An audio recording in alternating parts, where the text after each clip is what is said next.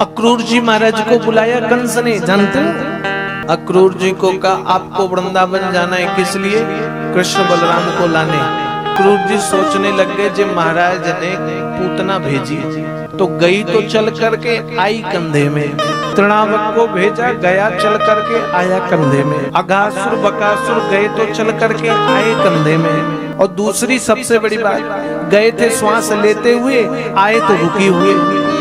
जाको मतलब ये है कि हम भी जाएंगे चल करके आएंगे अर्थी भी। एक बार तो अक्रूर जी ने मना कर दिया, मैं नहीं जा रहा, कृष्ण बलराम के पास जो जाता है वो मार कर भेजते हैं। कंस ने कहा नहीं जाओगे तो मैं मार दूंगा। अक्रूर जी ने सोचा जे मारेगा तो नरक में जाऊंगा, भगवान मारेंगे तो जन्म जन्मांतर से मुक्ति हो जाएगी। तैयार हो गए अक्रूर जी जाने के लिए। कंस ने अपना रथ दे दिया, चल पड़े अक्रूर जी महाराज वृंदावन शाम में आ गए। अब ऋषि थोड़ा विरह प्रसंग चले, भगवान के वृंदावन अक्रूर जी पधारे हैं। नंद बाबा को पता चला अक्रूर जी आए हैं, स्वागतम स्वागतम। अक्रूर जी महाराज कंस महाराज का रथ लेकर आपको आना क्यों पड़ा? अक्रूर जी ने कहा महाराज कंस का समाचार है। नंद बाबा ने कहा महाराज कंस का समाचार है, मुझे बता दिए होते मैं खुद ही आ जाता।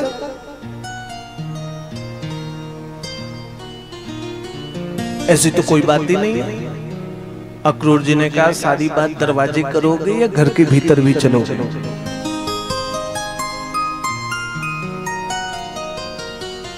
सारी बात मैं आपको समझाऊंगा, सारी बात मैं आपको बताऊंगा, लेकिन बात गंभीर है। भागवत कहती है अक्रूर जी का स्वागत सत्कार किया। ध्यान दो कथा में, पैर धुलाए, शाम में भोजन श्राद्ध कराया। कृष्ण बलराम भगवान से बड़े प्रेम से मिले, यशोदा नंद बाबा भी बड़े प्रेम से मिले, बातचीत हुआ।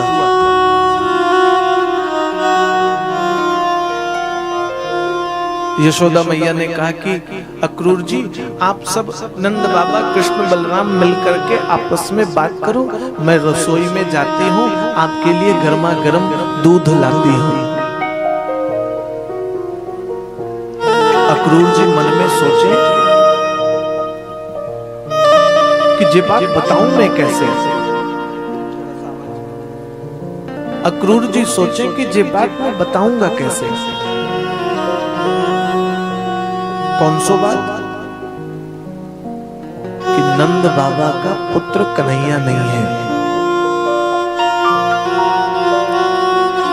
नंद बाबा ने कहा अक्रूर जी महाराज कंस ने क्या बात कही है?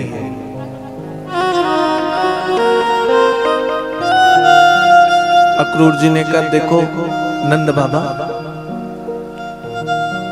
कृष्ण बलराम तुम्हारे सामने बैठे हैं, मैं जो बात कहने जा रहा हूं ना, ये बात एक पल के लिए तुम्हें विश्वास नहीं जगेगा इस बात पे, लेकिन मैं जो बात कह रहा हूं वो मैं नहीं कह रहा हूं, देवर्षि नारद कह गए। क्या बात है? आप बेहिचक होकर के हमें बताओ, शर्माओ नहीं।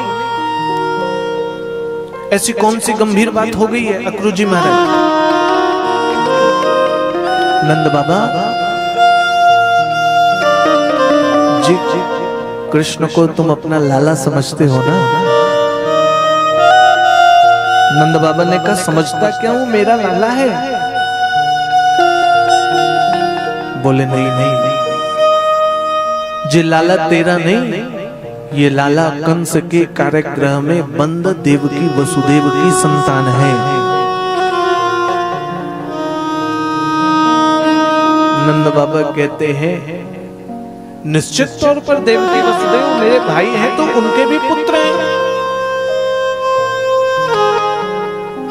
अक्रूर जी कहते हैं पुत्र नहीं, देवकी के अष्टम गर्भ से ही कृष्ण का जन्म हुआ है।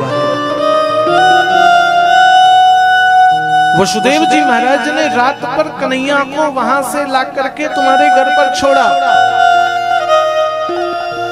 और वसुदेव जी ने ये बात आज तक किसी को बताई नहीं। क्यों? क्योंकि कृष्ण का वध नहीं हो जाए, और दूसरा तुम्हारे पास पुत्र नहीं है, तुम्हें पुत्र का सुख मिल जाए। वो चाहते तो तुम्हें छोड़कर, अपने लाला को छोड़कर जाते तो बता जाते, लेकिन आज तक उन्होंने ये बात बताई नहीं। नंद बाबा कहते ये बात अक्रूर जी कैसे कह रहे हो आप? किस दावे से कह रहे हो? अक्रूर जी कहते मेरा दावा नहीं, ये देवर्षि नारद का कथन है, और कंस ने मुझे भेजा है कृष्ण बलराम को ले जाऊं, और वो कृष्ण बलराम को छल पूर्वक वहां मारेगा, उनका वध कर देगा। इसलिए मुझे क्षमा करें, लेकिन कृष्ण तो देवकी की ही संतान है। मैया यशोदा रसोई में दूध बना रही थी, दूध बनाकर दरवाजे खड़े होकर सारी बात सुन ली।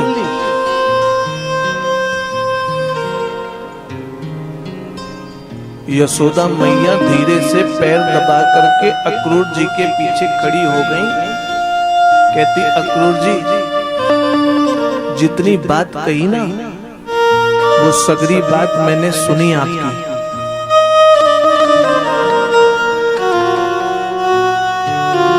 एक बात के लिए नारद झूठा हो सकता है, लेकिन यशोदा का दूध झूठा नहीं हो सकता है। यशोदा ने कन्हैया को दूध पिलाया। तुम कहना क्या चाहते हो कि मैंने जो दूध पिलाया वो लाला मेरो नहीं है? अक्रूर जी, तुम्हारे कहने का आशय क्या है? रात में जिसे मैं आंचल और गोद में लेकर के सुलाती हूँ, जे लाला मेरो नहीं है? अरे मैंने 9 महीने तक गर्भ में पाला है कन्हैया को। अक्रूर जी हाथ जोड़ते, मैया आप बुरा न मानना, लेकिन मैं आपसे एक प्रश्न पूछता हूं। दूध आपने पिलाया, मैं मानता हूं। कन्हैया को पाला आपने, मैं मानता हूं। लेकिन तनिक ये बताओ, कृष्ण का जन्म हुआ ये तुमने देखा है? या कन्हैया का जब जन्म हुआ तो वो पालने में मिला? जो दास दासियां उस समय आपकी सेवा में थी, उनसे पूछो कि कन्हैया का जन्म होते उन्होंने देखा या पालने में पाया? यशोदा कहती मैंने तो लाला को पालने में देखा। अक्रूर जी कहते हैं उसी प्रकार ये 100% सत्य बात है कि देवकी के गर्भ से कृष्ण का जन्म हुआ है। और तुझे यदि मेरी बात पर विश्वास नहीं है तो कृष्ण से ही पूछ ले, क्योंकि कृष्ण इस बात को जानता है। यशोदा मैया कन्हैया के हाथों को पकड़ती है और हाथों को पकड़ करके कहती हैं, कन्हैया आज सच क्या है, तेरे अलावा और कोई नहीं बोल सकता। आज पहली बार तेरी मैया के दूध पर किसी ने प्रश्न चिन्ह खड़ा किया है कन्हैया। आज तेरी माता को कटघरे पर खड़ा कर दिया है अक्रूर जी ने। सच तो तू जानता है तू किसका लाला है, और तू ही बता दे तू देवकी की संतान है कि तू यशोदा की संतान है। भगवान कहते मैया, यदि आज तू मेरे से सच पूछ रही है ना, तो एक सच बता देता हूं मैया, मेरा जन्म तो देवकी मैया के गर्भ से ही हुआ है, ये सत्य है। लेकिन मैया तो दुखी ना हो, माता देवकी के गोद में मैं एक पल खेला नहीं। ये बात जितना सत्य है कि देवकी ने मुझे जन्म दिया, माँ यह भी उतना सत्य है कि मेरे शरीर में जो रक्त बह रहा है वो यशोदा माँ का है। मेरा नाम जो है वो नंद बाबा का है। मेरी शिक्षा जो है वो यशोदा की है। माँ इसलिए जन्म देने वाली देवकी भले ही हो, लेकिन मैं तो यशोदा का लाल और नंद बाबा का छोरा ही हूं। तू ऐसा न सोच। यशोदा मैया के तो मानो प्राण पखेरु उड़ गए। जिसे अपना लाला समझा वो मेरो नहीं है।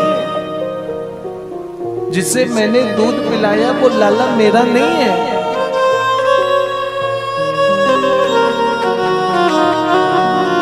आज भगवान के हाथों को पकड़ के मैया भगवान के चेहरे को पकड़ के सिर पर हाथ रख करके कहती हैं, कन्हैया तू मुझे छोड़कर तो नहीं जाएगा। कंस के यहाँ से देवकी यदि तुझे ले गई तो तू मुझे नहीं छोड़ेगा। आज मुझे सच सच बता दे, वसुदेव जी तुझे ले जाने को तैयार हो जाएं तो तू नंद बाबा को तो ना छोड़ देगा। मैया के आंखों पर आंसू हैं।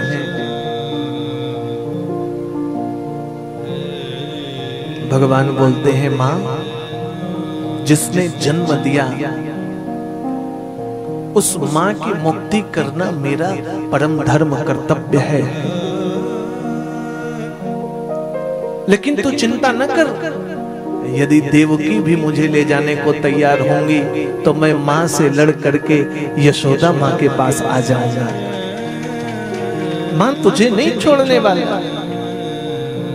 जन्म देने वाली माँ बड़ी होती है, इसमें कोई असत्यता नहीं है, लेकिन जन्म देने वाले से पालने वाली माँ उससे बड़ी हो जाती है।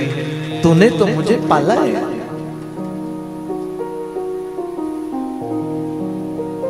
यशोदा कहती, हाय मैं अभागी, मैंने कन्हैया तेरे से हल जुतवाया, मैंने तुझे ओखल पर बांधा, मैंने तेरे से गौएं चरवाए, मैंने तुझे मारा, मैंने तुझे भूखा रखा। कितना भी हो तूने मेरा दूध पिया, तू मेरा लाला है। लेकिन जिस दिन देवकी मेरे से पूछेगी कि मेरे कन्हैया को माखन खिलाया, तो मेरे दिल में यह तीस तो रहेगी कि मैंने कन्हैया को ओखल पर बांध रखा था भूखा।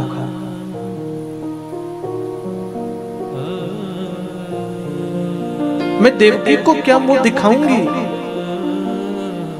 कि मैंने कन्हैया को पढ़ने नहीं गौएं चरवाने भेजा है। आज भगवान यशोदा को समझा रहे हैं। यशोदा मैया किसी तरह समझी है, संभली है।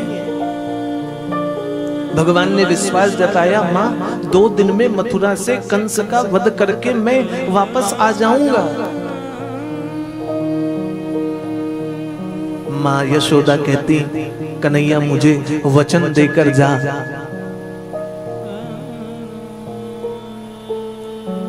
रोज सुबह वृंदावन में भोर भोर से एक उत्सुकता हो जाती थी। मोरों की धुनी, गाय का रंभाना, बाल गोपालों का उठना कूदना, खेलना चिल्लाना। लेकिन आज वृंदावन से ही सारी चीजें ऐसी सुनी सुनी क्या हो गई। नंद भवन में आज हल्ला शोरगुल कनवा कन्हैया का नहीं है।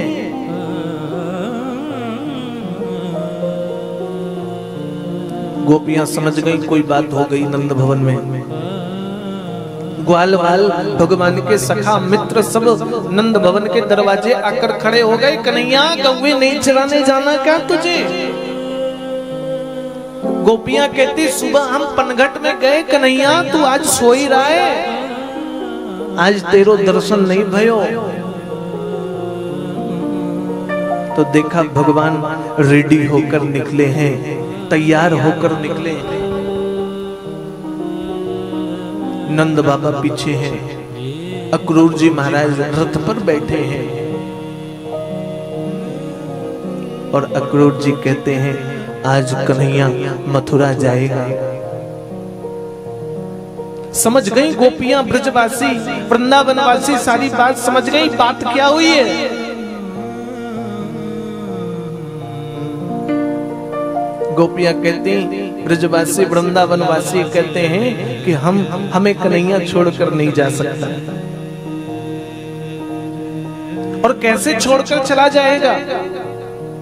जब गोकुल छोड़ करके कन्हैया वृंदावन आया तो हम सब गोकुल छोड़कर वृंदावन आ गए, और आज कन्हैया वृंदावन से मथुरा जाएगा तो हम सब गोपियां वृंदावन से मथुरा जाएंगी, वृंदावन नहीं रहेंगी। आज भगवान गोपियों को आश्वासन दे रहे हैं। कौन सा आश्वासन? 2 दिन के लाने जा रहा हूं, 2 दिन बाद मैं वापस आ जाऊंगा। गोपियां कहती तू झूठ बोलता है कन्हैया, तेरे झूठ को तो जीते जी हमें कई वर्ष बीत गए तेरे झूठ सुनते सुनते। भगवान कहते मैं झूठ ना बोल रहा हूं। गोपियां, मैं वृंदावन छोड़ करके कभी नहीं जाता, और आप सबको मेरी सौगंध है कि आप गोपियां वृंदावन छोड़कर कभी नहीं जाओगे। आज भगवान ने अपनी सौगंध दे करके यशोदा मैया गोपियों को वृंदावन में रोक दिया। भगवान अक्रूर जी के रथ पर सवार होकर के चल पड़े। गोपियां पीछे पीछे गईं, यमुना के तट तक जाकर के रुक गईं। भगवान का रथ दिखना बंद हो गया। बैठे बैठे यमुना के तट पर सांझ होने जा रही है। एक तक निगाहों पर मथुरा देख रही हैं और कहते हैं कन्हैया हम गोपियों के बगैर नहीं रह सकता। देखना ललिता, अभी थोड़ी देर में कन्हैया भागे भागे आएगा। दूसरी गोपी कहती है कि कन्हैया हम गोपियों के बगैर रह भी ले तो कन्हैया को रात में मैया यशोदा के अलावा किसी के पास नींद नहीं आती है। वो कन्हैया रात होते ही दौड़कर आ जाएगा, मैया यशोदा के बगैर वो सो ही नहीं सकता है। तीसरी गोपी कहती है कन्हैया बिना माखन खाए नहीं रह सकता। कन्हैया वापस आएगा। और आपको पता है सांझ से रात, रात से भोर हो गई। गोपियां वहीं यमुना के तट पर बैठी हैं, भगवान नहीं आए। उदास हताश गोपियां बैठे बैठे राह ताक रही हैं, भगवान नहीं दिख रहे। उधर से आते पथिक को पूछा तुमने कन्हैया को देखा क्या? राही बोलता है नहीं नहीं मैंने कन्हैया को न देखा।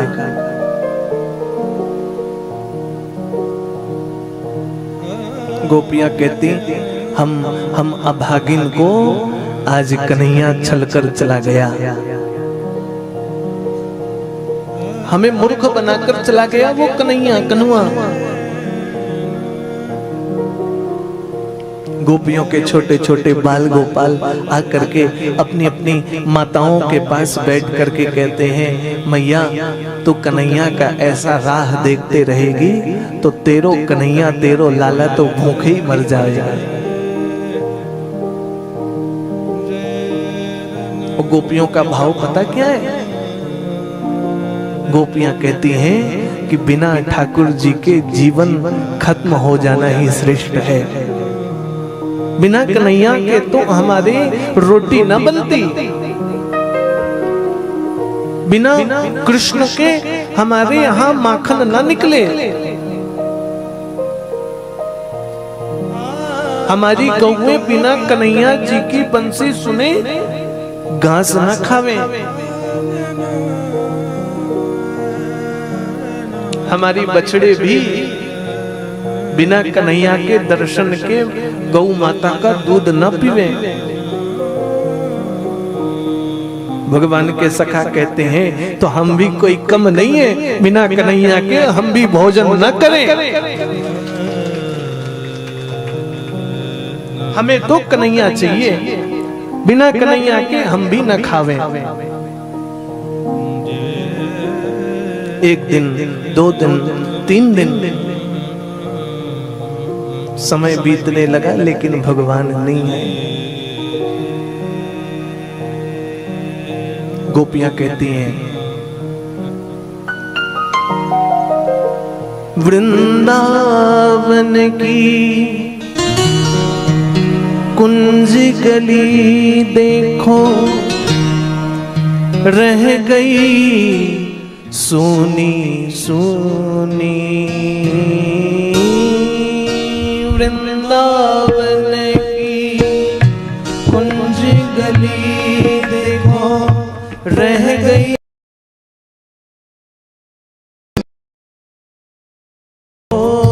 वृंदावन की कुंज गली देखो रह गई सोनी सोनी, वृंदावन की कुंज गली देखो रह गई सोनी सोनी।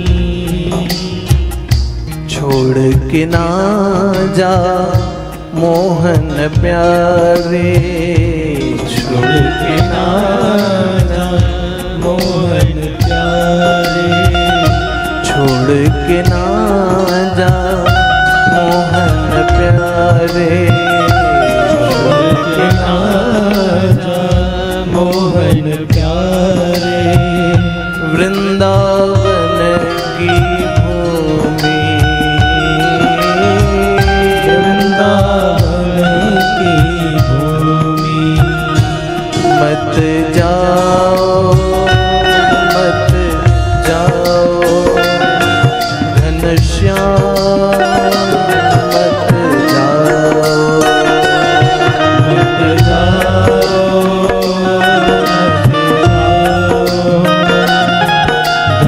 जाओ, मत जाओ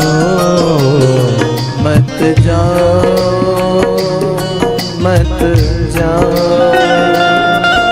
घनश्याम, मत जाओ मत जाओ मत जाओ घनश्याम, मत जाओ।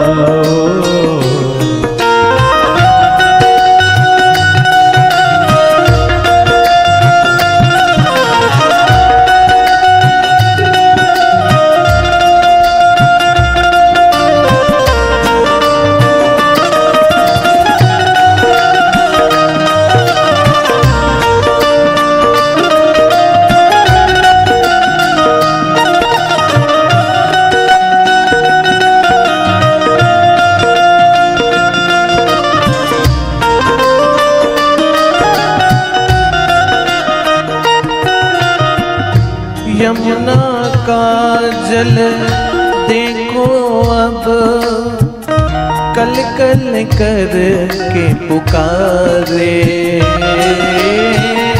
यमुना का जल देखो तो कल कल करके पुकारे। यमुना का जल देखो अब तो कल कल करके पुकारे।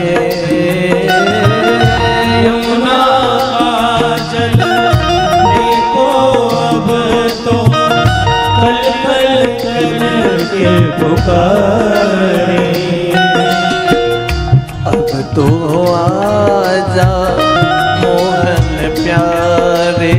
अब तो आजा मोहन प्यारे। अब तो आजा मोहन प्यारे। अब तो आजा मोहन प्यारे। तेरे बिन बेसहारे। बिन बेसहारे।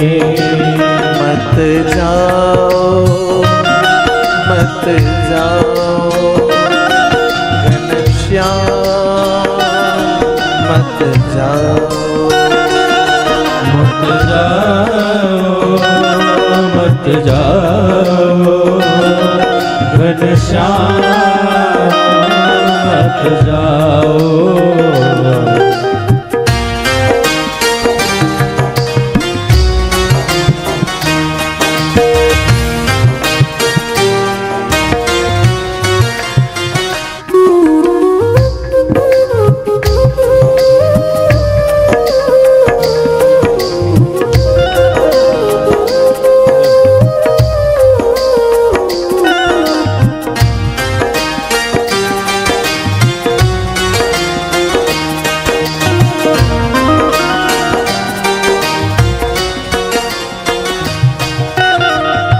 हमको पीनित राह तकत है। सूख गए अब नैना। हमको पीत राह तकत है। सूख गए दो नैना। हमको पीनित राह तकत है। सूख गए अब नैना। हमको पीत राह तकत है। सूख गए अब नैना। श्याम दरस बिन मन नहीं लागे। श्याम दरस मन नहीं लागे। श्याम दरस बिन मन नहीं लागे। श्याम दरस बिन मन नहीं लागे। ना लागे कहीं चैना। ना लागे कहीं चैना। मत जाओ मत जाओ घनश्याम मत जाओ। मत जाओ मत जाओ घनश्याम मत जाओ। मत जाओ मत जाओ मेरे श्याम मत जाओ। मत जाओ मत जाओ घनश्याम मत जाओ। मेरे श्याम मत जाओ। मेरे श्याम मत घनश्याम मत जाओ।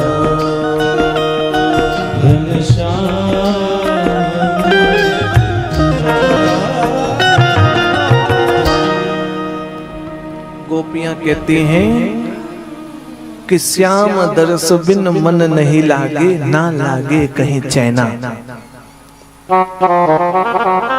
भगवान के दर्श बिन कहीं मन और चैन नहीं लगता है।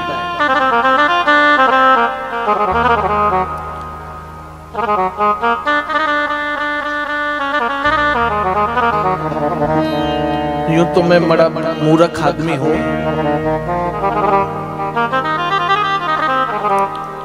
ज्यादा पढ़ा लिखा भी नहीं, 10वीं पास। श्री बद्रीनाथ जी में एक बार बैठा हुआ था, तो बैठे बैठे भाव विचार आया, सो 5 मिनट में इस भजन को मैंने लिख दिया। हमने अपने जीवन में 2 ही भजन लिखे हैं, एक ये भजन गोपियों के ऊपर, दूसरा एक भजन श्री उद्धव जी के ऊपर।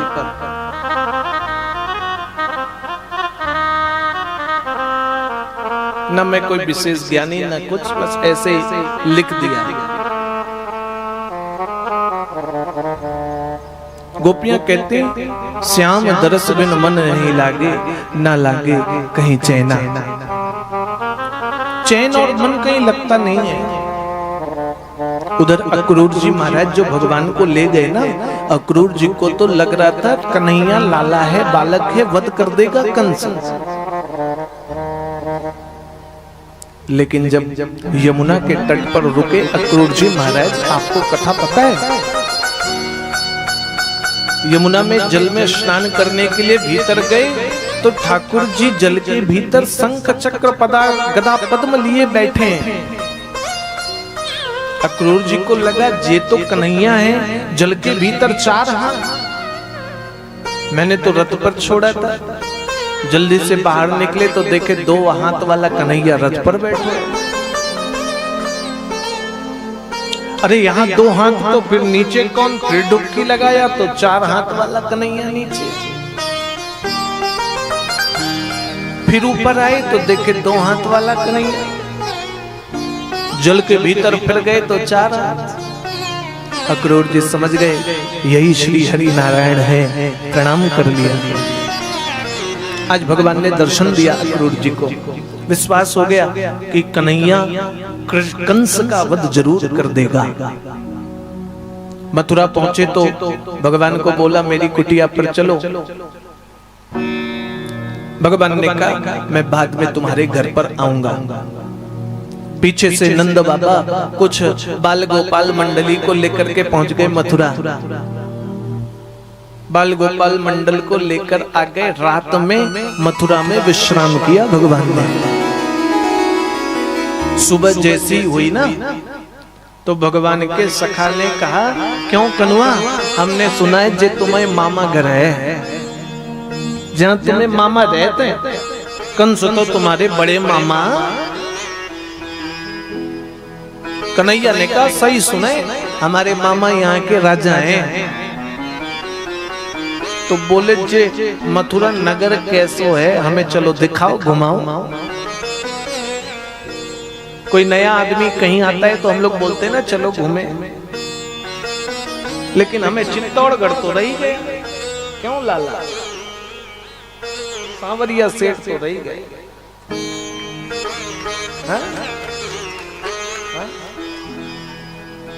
वो तो रात हो जाएगी, आज ही चलो, आज ही चलते हैं। आओ सब हो जाएगा। आज भोजन छोड़ो, भगवान का दर्शन करो। खाना छोड़ो, 11 बजे बंद होता है। चलना है, आओ बनाओ व्यवस्था, 7 बजे चलते हैं। कितना समय लगता है? 9 बजे वापस आओ। आज उज्जैन खाचरोद से महाराज जी भी आने ही वाले होंगे। उज्जैन से आधे घंटे में आ जाएंगे। वो भी आप सबको आशीर्वचन देंगे। हम लोग उज्जैन से आप लोगों को दर्शन देने आ रहे हैं। आज ही चलते हैं। तो नई जगह जाते हैं तो हम लोग बोलते हैं ना भाई क्या क्या है दिखाओ। जैसे पहले दिन हम आए तो हनुमान मंदिर गए, दूसरे दिन बिना बताए हम ही चले गए।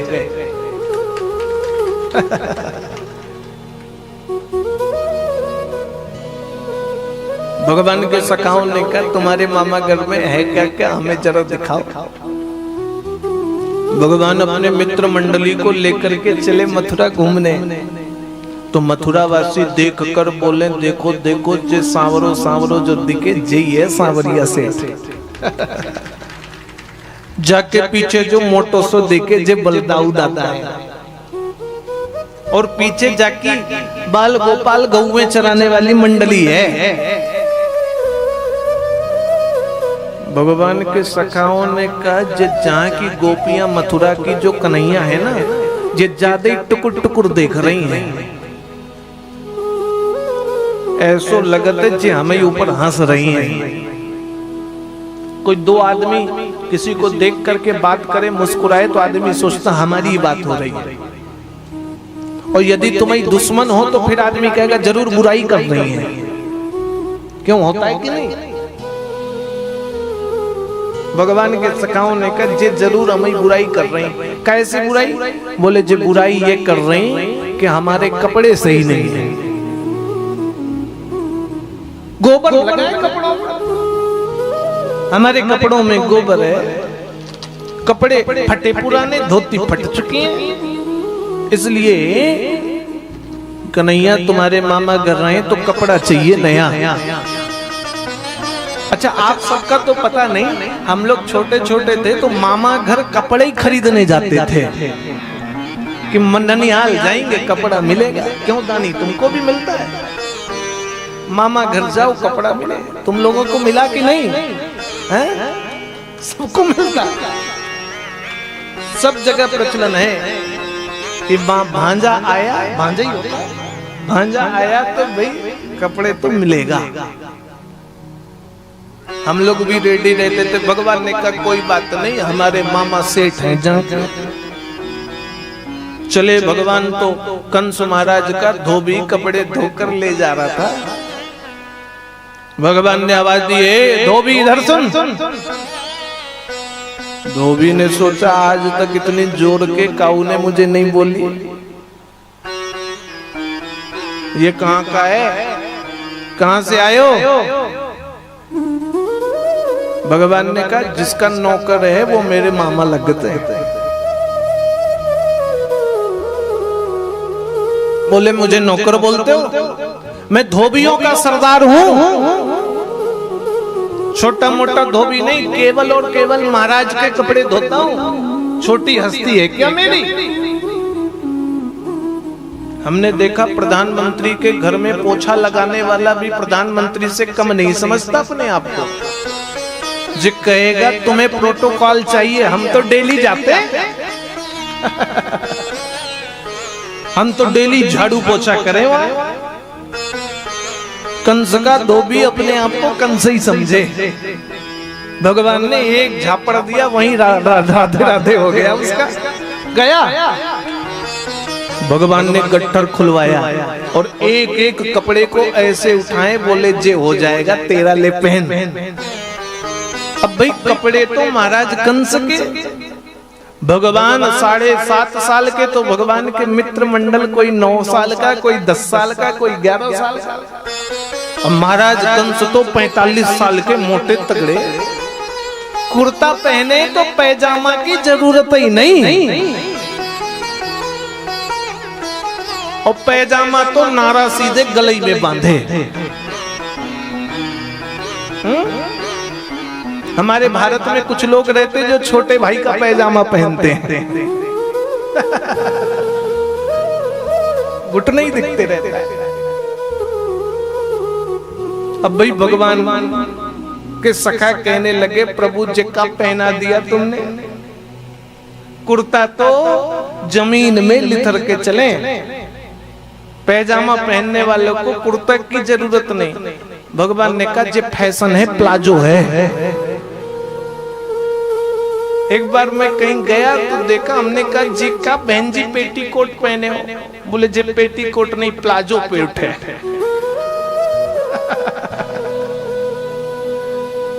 गजब को फैशन है भाई। अच्छा माताएं करें समझ में हाथ है, कोई बुरा ना मानना मेरी बात का। हमने जेंट्सों को देखा फैशन, पहले पेंट पहनते थे, क्यों शिवम? हाँ?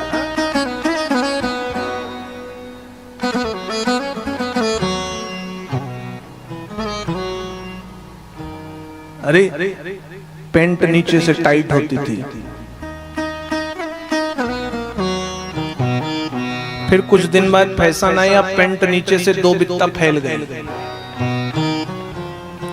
फिर एक फैशन आया, मैंने देखा ऊपर से नीचे एक बराबर की पेंट हो गई, जेंट्सों का बता रहा हूं। फिर एक फैशन आया ऊपर से नीचे कंप्लीट टाइट, दूसरे आदमी खींच के उतारे। फिर फैशन चलो कि नीचे से सरकने लग गई। हमें तो लगा एक समय आएगा घुटने में बेल्ट लगेगा। क्या पता फैशन। हम साधुओं का अच्छा है, हवादार है, सब कुछ देखो नीचे से ऊपर सब 2 मिनट में रेडी, इधर पहनो उधर पहनो। अच्छा नीचे का ऊपर हो जाए, ऊपर का नीचे हो जाए, कोई गम नहीं। लेकिन तुम ऊपर का नीचे नहीं पहन सकते, नीचे का ऊपर कैसे पहनोगे बताओ? सबसे मस्त साधु है। हम लोगों का कुछ लिखा नहीं कि ये नीचे वाला ये ऊपर वाला। ऊपर गंदा हो जाए नीचे पहन लेते, नीचे गंदा हो जाए ऊपर पहन लेते। भगवान ने कहा जे कोई बात नहीं, फैशन चल रहा है, पहने रहो। बोले नहीं जे तो मंगता ड्रेस लग रहे हैं प्रभु। साफ समझ में आ रहे, मांग के पहन लिया हमने, तो क्या करें? बोले इसको फिट फाट करा दो। भगवान ने दर्जी को बुलाया, दर्जी के द्वारा सब फिट फाट करके ठीक हो गए।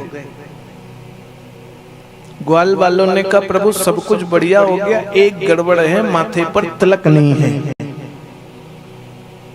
और बिना तिलक के तो ब्रजवासी रह ही नहीं सकता। आपने अभी पक्के ब्रजवासी नहीं देखा? जे दानी हमारा पक्का ब्रजवासी है, इसका जन्म ही हुआ है, परिवार खानदान सब। जो रास में कल कन्हैया जी के साथ नाच रहा था, देखा था पूरे चेहरे पर चंदन लगाए थे। अरे ब्रजवासी को बस चले तो पूरे देह पे चंदन लगा डाले। हाँ हाँ, बिना चंदन के तो ब्रज की शोभा नहीं है।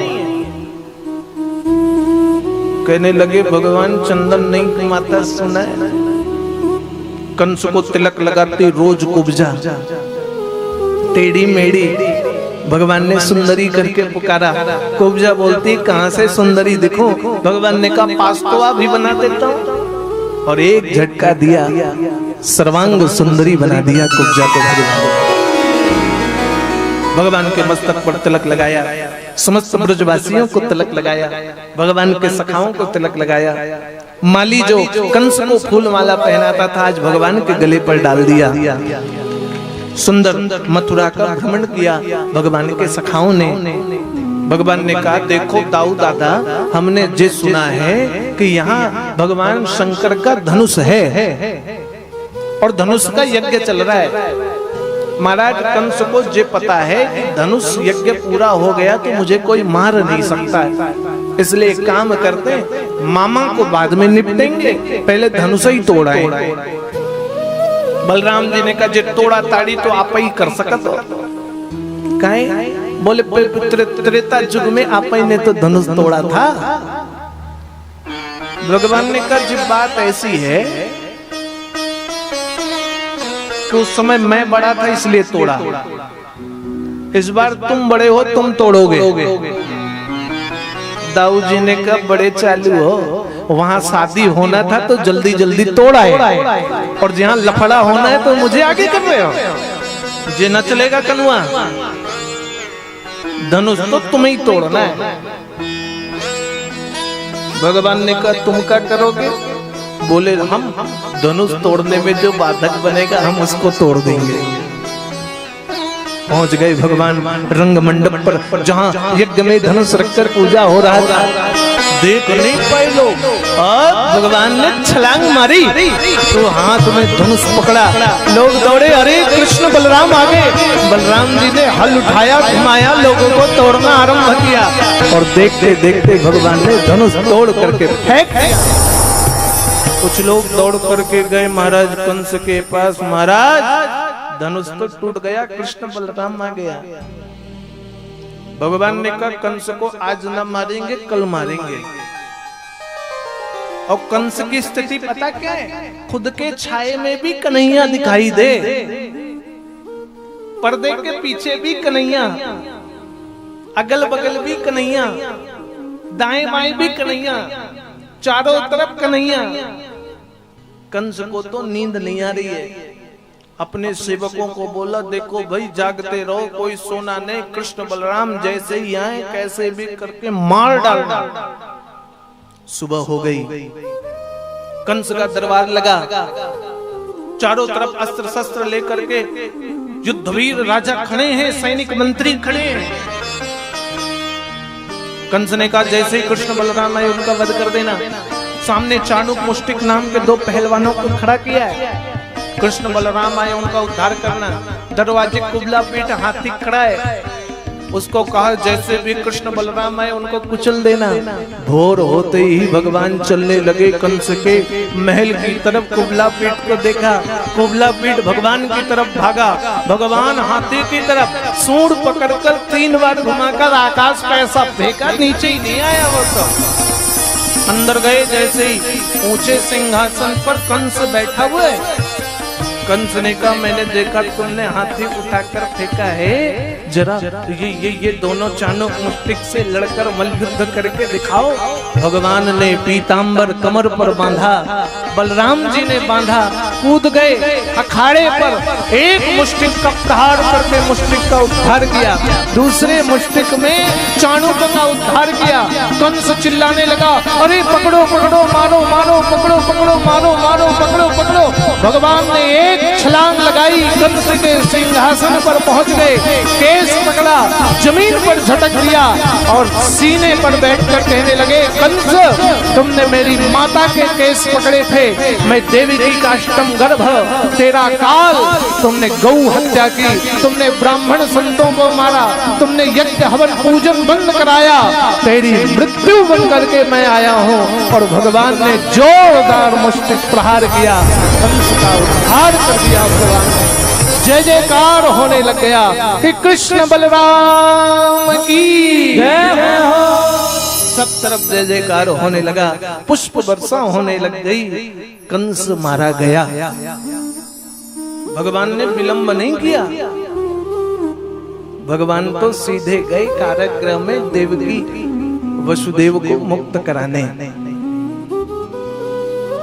देवकी वसुदेव को भगवान ने तुरंत मुक्त करा दिया, तनिक भी विलंब नहीं किया देवकी वसुदेव को मुक्त करने से। भगवान ने राज सिंहासन पर बैठा दिया।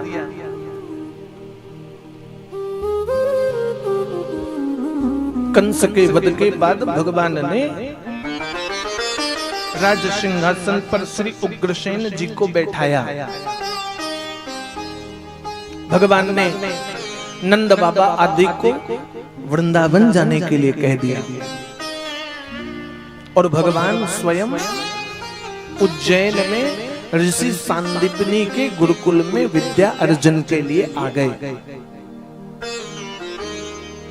अल्पकाल में ऋषि सांदीपनी जी के यहाँ समस्त विद्या का पाठ पाया। भगवान मथुरा के राजभार को संभालते हैं। भगवान सैन्य आदि व्यवस्थाओं को बड़े भली भांति अच्छे रूप से संभालते हैं। भगवान एक दिन की बात है, भगवान बैठे हैं मथुरा पर, हाथ में भगवान की बंसी है और भगवान बंसी को बजा नहीं रहे, देख रहे हैं।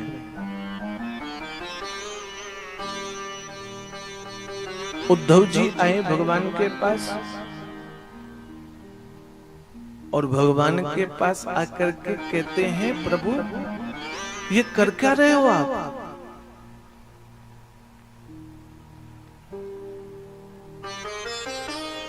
बोले हम बंसी बजाने का प्रयास कर रहे हैं। तो बोले बजाते क्यों नहीं हो? भगवान बोलते हैं जब बंसी वृंदावन के अलावा कहीं नहीं बजती, बंसी तो केवल वृंदावन में बजती है। तो प्रभु मथुरा में क्या दिक्कत है बंसी पे? भगवान बोलते हैं उद्धव बात तो सच ये है कि मुझे वृंदावन की याद आ रही है, मुझे वृंदावन का स्मरण आ रहा है। उद्धव जी कहते हैं तो वृंदावन चले जाओ। भगवान बोलते नहीं जा सकता। क्यों?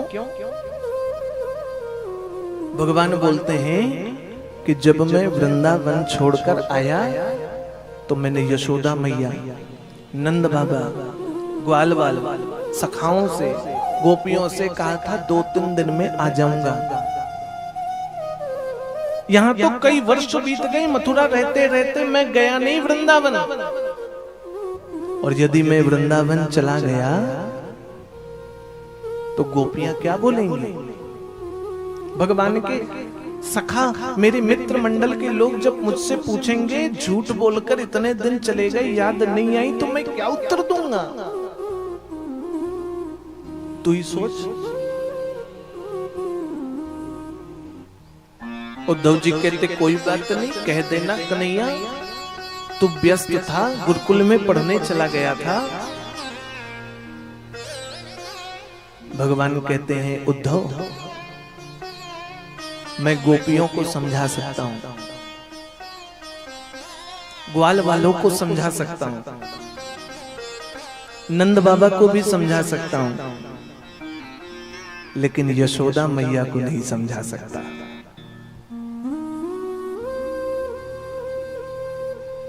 सच बताऊं तो मुझे वृंदावन में मां यशोदा की याद आ रही है, मुझे नंद बाबा की याद आ रही है। उद्धव जी कहते हैं तो पत्र भेज करके यशोदा, नंद बाबा को, गोपियों को, ग्वाल वालों को, प्रभु किससे मिलना है उन सबको हम मथुरा बुला लेते रथ भेजकर। भगवान ने कहा उद्धव भूल से भी रथ नहीं भेजना। क्यों? बोले उद्धव भक्त को भगवान के पास जाना चाहिए, न कि भगवान को भक्त के पास आना चाहिए। अरे वृंदावन, गोपियां, ग्वाल वाल, यशोदा, नंद बाबा मेरे लिए भगवान हैं, ब्रज मंडल मेरे लिए भगवान है। मुझे वृंदावन जाना चाहिए, न कि गोपियों को यहां।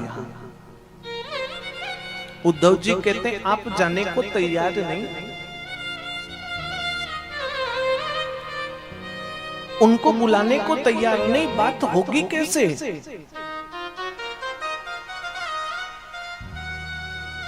भगवान कहते उद्धव मेरा एक काम कर दो, ध्यान देकर सुनो। कौन सा काम? मैं तुम्हें पत्र देता हूं, वो पत्र जाकर के गोपियों को, मेरे मित्र सखाओं को, नंद बाबा को, यशोदा मैया को जाकर के दे देना, ये संदेश जाकर के मैया को सुना देना। उद्धव जी ने कहा हाँ हाँ कन्हैया बताओ कौन सा पत्र है? भगवान कहते हैं उद्धव जाना नंद भवन में, नंद बाबा के पैरों को प्रणाम करना और कहना जी प्रणाम, कृष्ण का है।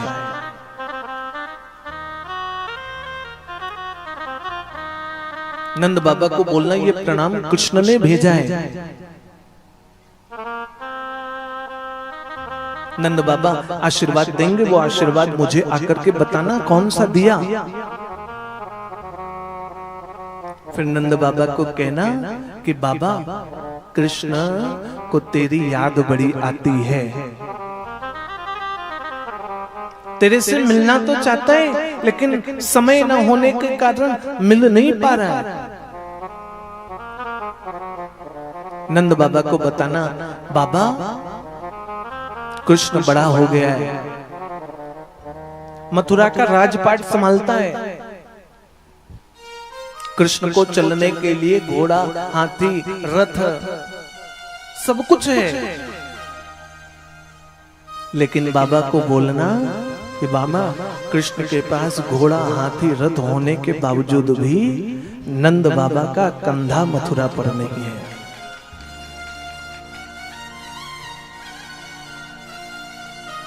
उद्धव तू जब मिलेगा ना नंद बाबा से तो यशोदा मेरा नाम सुनकर के मैया पहुंच जाएंगी। उनके सामने तो दंडवत लेट करके प्रणाम करना, वो मेरी मैया है, मैंने उनका दूध पिया है। यशोदा सुनेंगी ना तू मेरा मित्र है, सखा है, तुझे गले से लगा लेंगी। तुझे नहीं पता यशोदा तुझे ही कृष्ण समझ करके गोद में बैठाएंगी।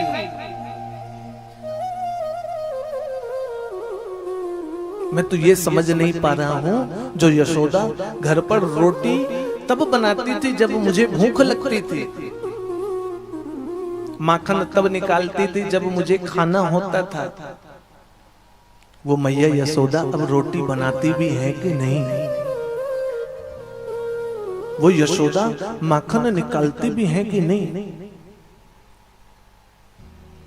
मैया को बोलना कि कृष्ण बड़ा हो गया है, तेरो लाला अब मथुरा का राजपाट संभाले, अब बदमाशी नहीं करता, माखन चोरी नहीं करता, गोपियों को नचावे नहीं, सब अच्छी व्यवस्था है। मैया को बताना कृष्ण खा पी करके मोटा तगड़ा हो गया है, 56 भोग खाता है। उद्धव मैया के हाथ पकड़ करके कहना माँ कृष्ण को सब कुछ खाने को मिल जाता है, लेकिन जे तेरे हाथ को बनो माखन मथुरा में ना मिले।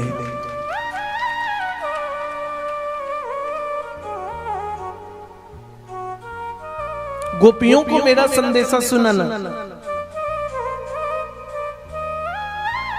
उद्धव जी ने कहा ठीक है प्रभु। भगवान ने कहा ऐसे नहीं, अपना मुकुट भगवान ने उतार कर उद्धव जी को दे दिया, जे मुकुट पहने जा, जे मेरी बंसी लिए जा, तू मेरो पीतांबर ओढ़ के जा, जे मेरी बैजंती माला भी गले में डाल जा। अपना मोर पंख भगवान ने उद्धव जी के माथे मुकुट पर लगा दिया, जे मोर पंख मेरो लिए जा, तू मेरो पहचान जानते हो उद्धव, मेरो पहचान तो जे मोर पंखन से है, मेरो पहचान तो जे मेरी बंसी से है।